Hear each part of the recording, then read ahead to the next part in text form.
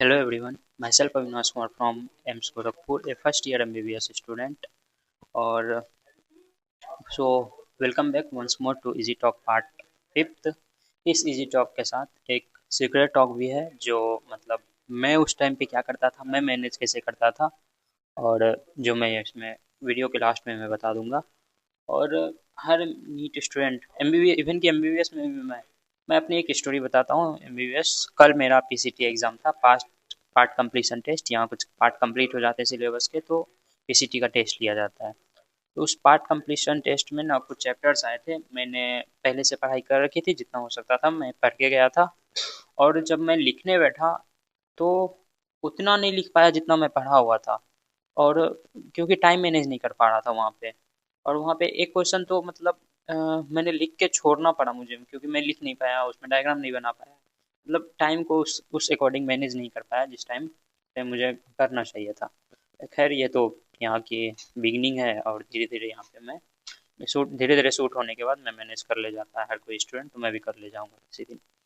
इसी तरह time management का प्रॉब्लम हर एक स्टूडेंट को फेस करना पड़ता है, और चाहे तुम नीट में हो या फिर किसी और भी एग्ज़ाम में हो। और नीट के स्टूडेंट का ना टाइम मैनेजमेंट में इतनी ज़्यादा प्रॉब्लम है, उसे कम समय में इतने ज़्यादा क्वेश्चन करने होते हैं।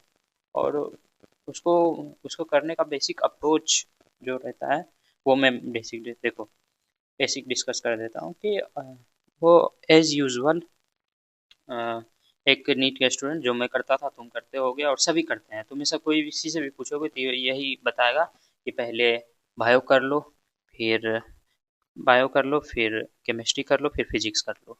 इस तरह करके फर्स्ट सेकंड थर्ड इसको कर लो।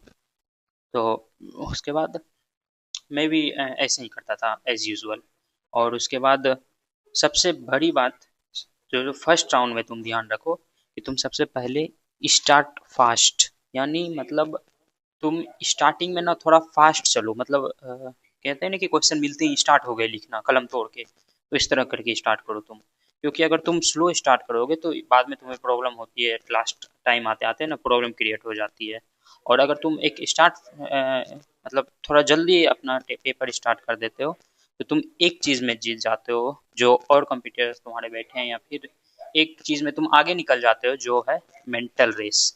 तुम मेंटल रेस में एक दूसरे से आगे निकल जाते हो, मेंटली एक दूसरे से सभी एस्पिरेंट फाइट कर रहे होते हैं, और इसमें तुम थोड़ा मतलब आगे निकल जाते हो। और फर्स्ट राउंड में तुम्हें सबसे पहले कॉन्फिडेंट क्वेश्चन कि इसका गलत नहीं होगा, तो वो तुम्हें कर ही लेनी चाहिए उस टाइम पे। और जैसे बायो हो गया तो उसकी डॉट डॉट डॉट डॉट लगा लो ओएमआर में तुम अपने अकॉर्डिंग। अगर तुम्हें लगता है नहीं अभी ही भर लेना सही रहेगा, तो तुम उसी समय भर लिया करो। मैं क्या करता था कि डॉट डॉट डॉट डॉट लगा लेता था, उस टाइम पे डॉटिंग हो गई तो तुम बाद में कैसे भी भर सकते हो जल्दबाजी में भी।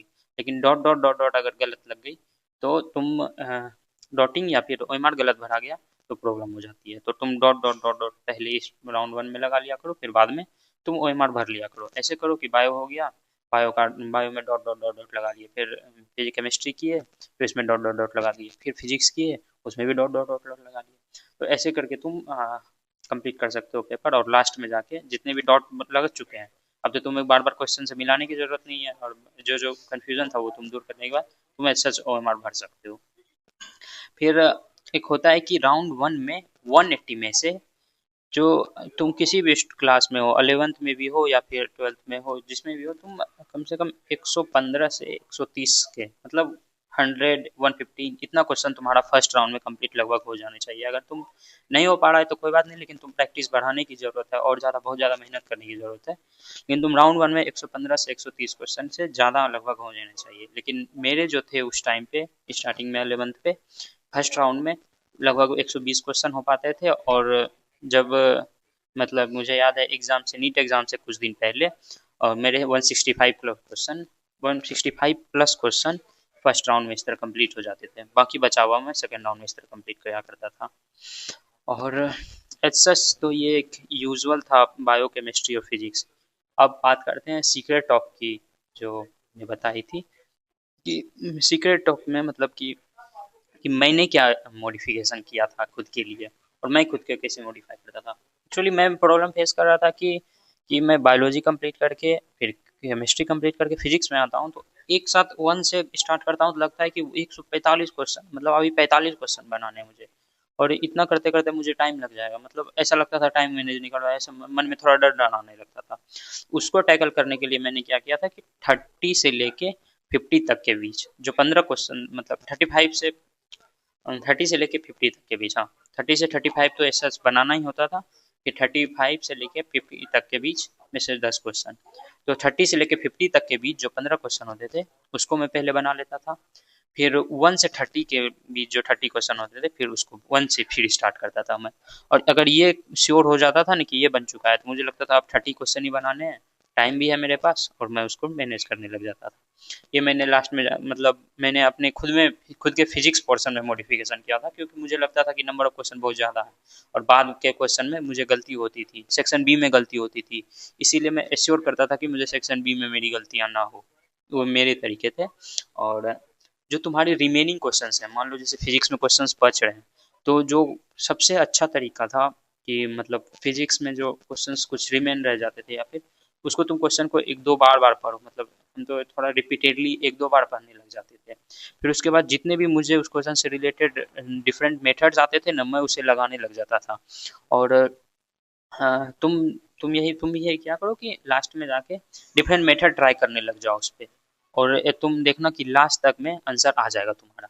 ऐसा होता है काफी बार कि कुछ क्वेश्चन का नहीं भी आया, जरूरी नहीं है, लेकिन कुछ क्वेश्चन, मैक्सिमम क्वेश्चन का आंसर एट लास्ट तक में आ जाता है। तुम एक नहीं दो तीन फॉर्मूले के तरीका याद करने का कोशिश करो कि उसको वहां से रिलेट करके, मतलब दूसरे चैप्टर से लिंक करके उसको निकालने का कोशिश करो, या फिर कोई चीज रटा हुआ था तो उससे उससे करने का कोशिश करो।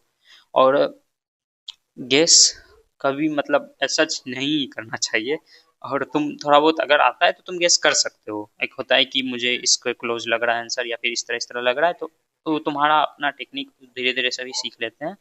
लेकिन गेस करने में कभी भी ओवर स्मार्टनेस मत दिखाना, उससे अच्छा तुम क्वेश्चन लीव कर दो, लेकिन गेस करने में कभी भी ओवर स्मार्टनेस नहीं दिखाना। और तुम अगर छोड़ना पड़ रहा है तो छोड़ दो। And one last more thing जो हम तुमको कहना चाहते हैं कि मोर टेस्ट मोर क्वेश्चन प्रैक्टिस। जितना करोगे तुम टेस्ट में, या तो माइनर टेस्ट दो या मेजर मेजर माइनर जो भी टेस्ट लेना दो, और जितना ज़्यादा टेस्ट दोगे और जितना ज़्यादा क्वेश्चन प्रैक्टिस करोगे उतना ज़्यादा तुम सीखोगे। और चलो, all the best, thank you, और मिलते हैं नेक्स्ट वीडियो में।